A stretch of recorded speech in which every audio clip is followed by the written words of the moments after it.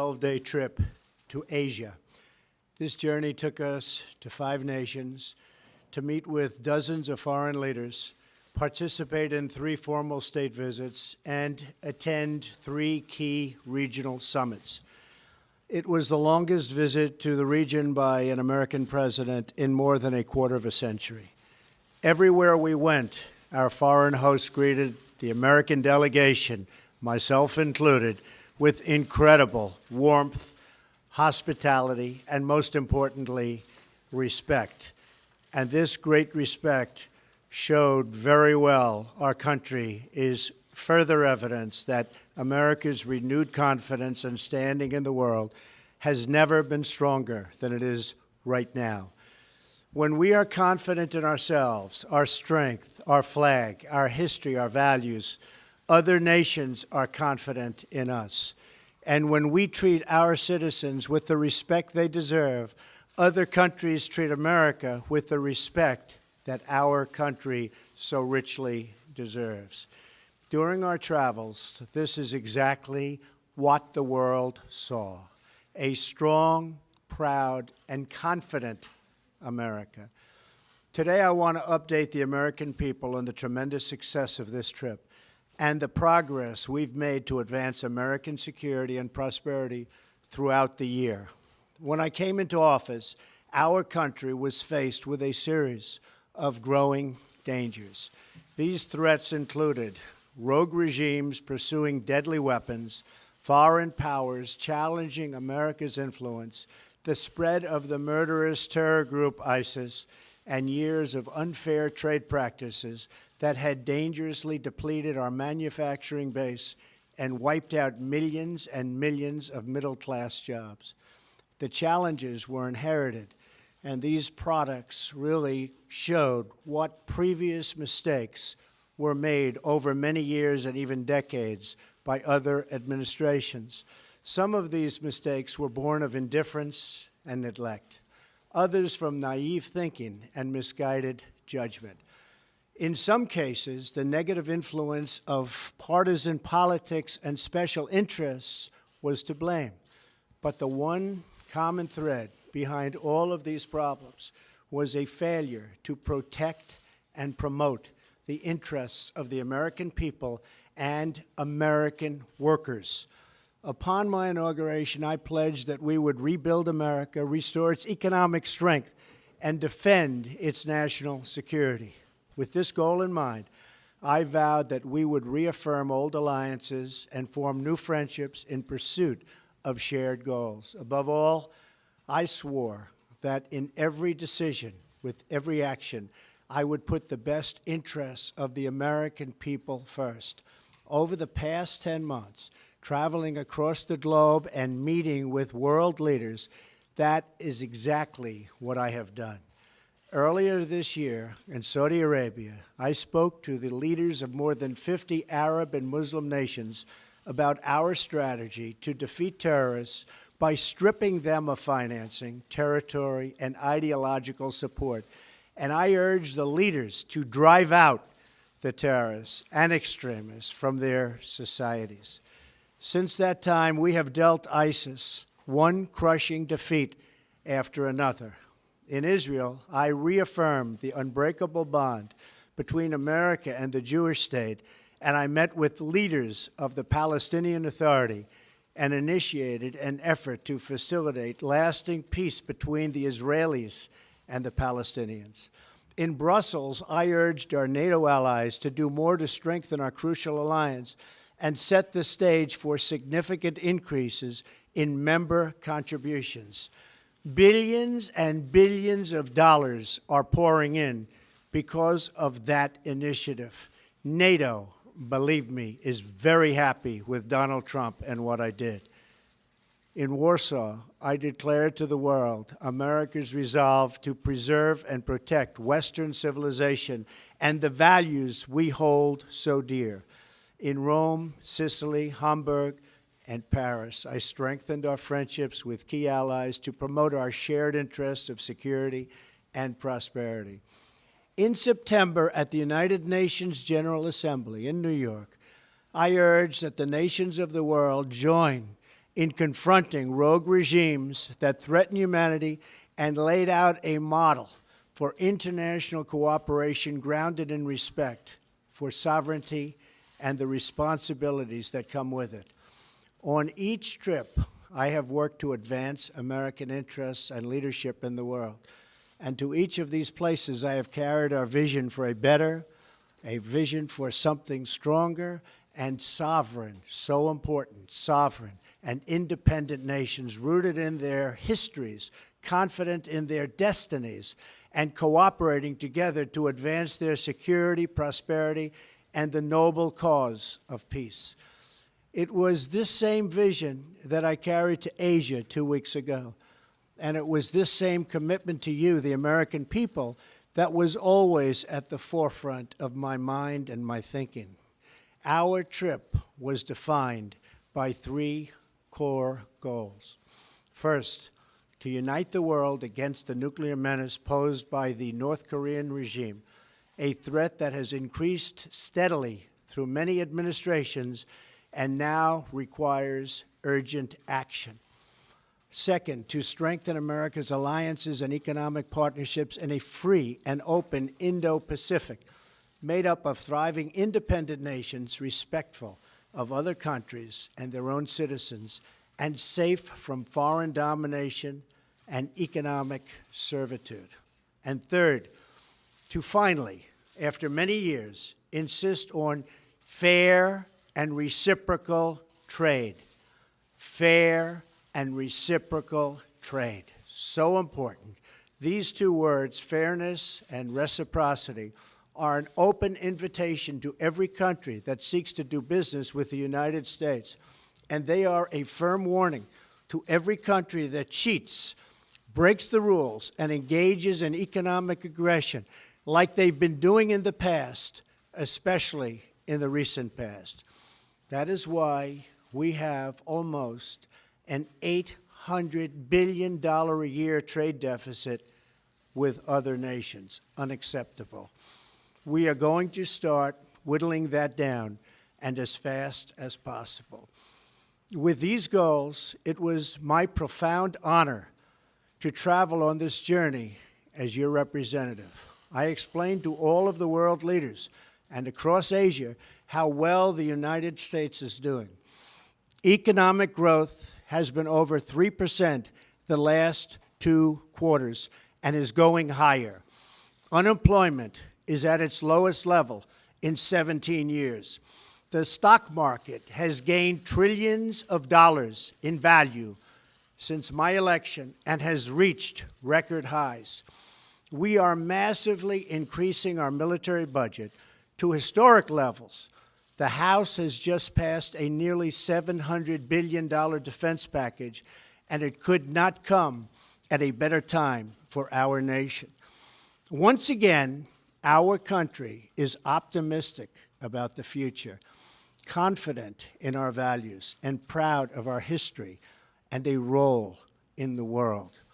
I want to thank every citizen of this country for the part you have played in making this great American comeback possible. In Asia, our message was clear and well received. America is here to compete, to do business, and to defend our values and our security.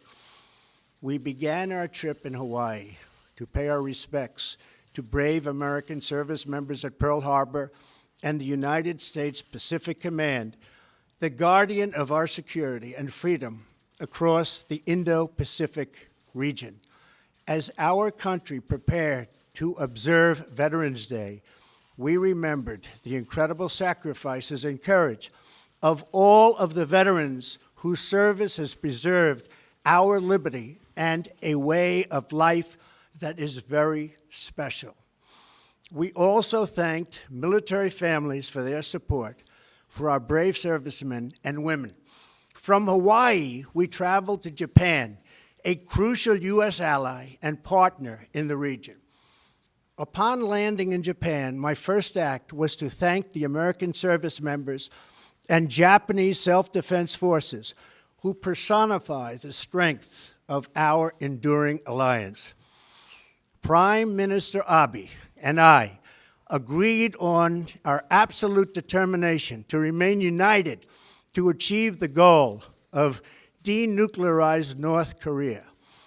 Shortly following our visit, Japan announced additional sanctions on 35 North Korean entities and individuals. Japan also committed to shouldering more of the burden of our common defense by reimbursing costs borne by American taxpayers, as well as by making deep investments in Japan's own military. This will include purchases of U.S. advanced capabilities, from jet fighters to missile defense, systems worth many, many billions of dollars, and jobs for the American worker. Prime Minister and I also discussed ways we can deepen our trade relationship based on the core principles of fairness and reciprocity. I am pleased that since January of this year, Japanese companies have announced investments in the United States worth more than $8 billion, 17,000 jobs. Thank you. Oh, they don't have water. That's okay. What? Oh, it's okay. Oh.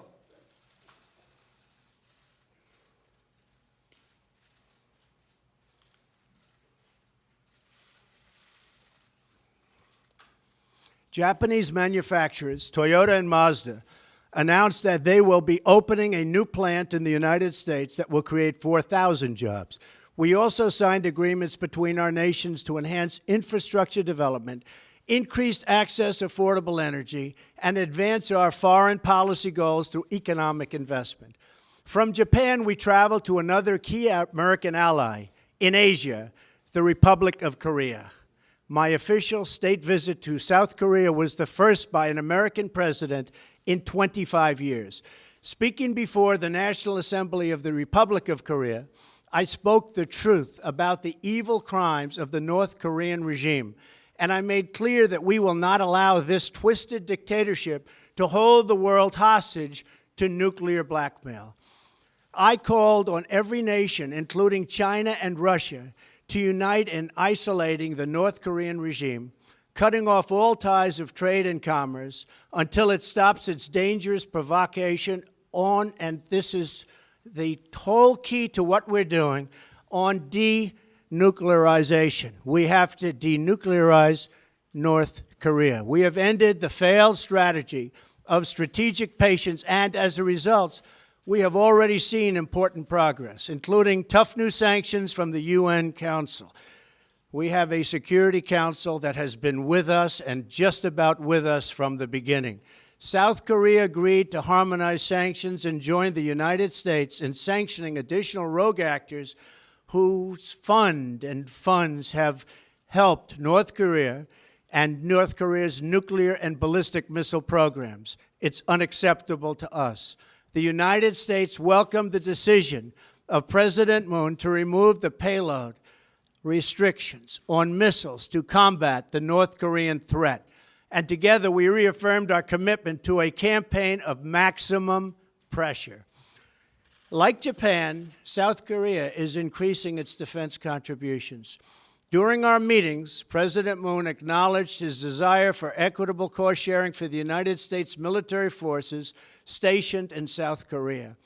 And I visited soldiers at Camp Humphreys, a brand new joint American-South Korean base, paid for almost entirely by the South Korean government. At that base, I discussed with the United States and South Korean military leaders both military options and readiness to respond to North Korean provocation or offensive actions. During our visit, President Moon and I also discussed America's commitment to reducing our trade deficit with South Korea. At my discretion and direction, we are currently renegotiating the disastrous U.S.-Korea trade agreement signed under the previous administration. It has been a disaster for the United States. Last week, 42 South Korean companies announced their intent to invest in projects worth more than $17 billion in the United States, and 24 companies announced plans to purchase $58 billion in American goods and services. From South Korea, Melania and I traveled to China, where, as in Japan and South Korea, we were greatly honored by the splendor of our reception. Our trip included the first official dinner held for a foreign leader in the Forbidden City since the founding of the modern China, where we enjoyed a very productive evening hosted by President Xi and his wonderful wife, Madame Peng. During our visit, President Xi pledged to faithfully implement United Nations Security Council resolutions on North Korea and to use his great economic influence over the regime to achieve our common goal of a denuclearized Korean Peninsula. President Xi recognizes that a nuclear North Korea is a grave threat to China, and we agree that we would not accept a so-called freeze-for-freeze agreement like those that have consistently failed in the past. We made that time is running out, and we made it clear, and all options remain on the table. I also had a very candid conversation with President Xi about the need to reduce our staggering trade deficit with China and for our trading relationship to be conducted on a truly fair and equitable basis. We can no longer tolerate unfair trading practices that steal American jobs, wealth, and intellectual property. The days of the United States being taken advantage of are over. In China, we also announced $250 billion worth in trade investment deals that will create jobs in the United States. From China, I flew to the city of Da Nang in Vietnam to attend the leaders' meeting for APEC, Asia-Pacific Economic Cooperation. There, I spoke to a major gathering of business leaders where I reminded the world of America's historic role in the Pacific as a force for freedom and for peace. Standing on this proud history, I offered our vision for robust trading relationships in which Indo-Pacific nations can all prosper and grow together. I announced that the United States is ready to make bilateral trade deals with any nation in the region that wants to be our partner in fair and reciprocal trade. We will never again turn a blind eye to trading abuses, to cheating, economic aggression, or anything else from countries that profess a belief in open trade but do not follow the rules or live by its principles themselves. No international trading organization can function if members are allowed to exploit the openness of others for unfair economic gain. Trade abuses harm the United States and its workers, but no more. No more. We will take every trade action necessary to achieve the fair and reciprocal treatment that the United States has offered to the rest of the world for decades. My message has resonated. The 21 APEC leaders, for the first time ever, recognized the importance of fair and reciprocal trade, recognized the need to address unfair trade practices, and acknowledged that the WTO is in strong need of reform. These leaders also noted that countries must do a better job following the rules to which they agree. I also made very clear that the United States will promote a free and open Indo-Pacific in which nations enjoy the independence and respect they deserve. In Vietnam, during a state visit in Hanoi, I also met with President Quan and Prime Minister Phuc to discuss the growing friendship between our countries. Our Vietnamese partners are taking new actions to enforce sanctions on North Korea. In addition, we committed to expand trade and investment between our countries, and we pledged to address the imbalances. I am particularly pleased that the United States and Vietnam recently announced $12 billion in commercial agreements, which will include $10 billion in U.S. content. Finally, I visited the Philippines, where I met with numerous world leaders at the U.S., ASEAN, and East Asia summits. At ASEAN, the Association of Southeast Asian Nations, we made it clear that no one owns the ocean. Freedom of navigation and overflight are critical to the security and prosperity of all nations. I also met with the prime ministers of India, Australia, and Japan to discuss our shared commitment to a free and open Indo-Pacific. During our visit, President Duterte of the Philippines thanked the American people and our armed forces for supporting the recent liberation of Marawi from ISIS. We pledged to strengthen and deepen our long-standing alliance. At the East Asia Summit, the United States negotiated and signed 4 important leader statements on the use of chemical weapons, money laundering, poverty alleviation, and countering terrorist propaganda and financing. And crucially, at both summits and throughout the trip, we asked all nations to support our campaign of maximum pressure for North Korean denuclearization. And they are responding by cutting trade with North Korea, restricting financial ties to the regime, and expelling North Korean diplomats and workers. Over the last 2 weeks, we have made historic strides in reasserting American leadership, restoring American security, and reawakening American confidence. Everywhere we went, I reaffirmed our vision for cooperation between proud, independent, and sovereign countries. And I made clear that the United States will be a reliable friend, a strong partner, and a powerful advocate for its own citizens. The momentum from our trip will launch us on our continued effort to accomplish the 3 core objectives I outlined: to unite the world against North Korean nuclear threat, to promote a free and open Indo-Pacific region, and to advance fair and reciprocal economic relations with our trading partners and allies in the region. We have established a new framework for trade that will ensure reciprocity through enforcement actions, reform of international organizations, and new fair trade deals that benefit the United States and our partners. And we have laid out a pathway toward peace and security in our world, where sovereign nations can thrive, flourish, and prosper side by side. This is our beautiful vision for the future. This is a future where this vision, this dream, is only possible if America is strong, proud, and free.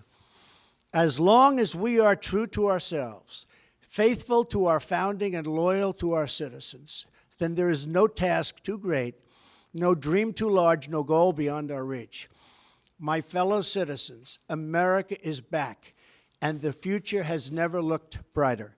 Thank you. God bless you, and God bless the United States of America. Thank you very much. Thank you.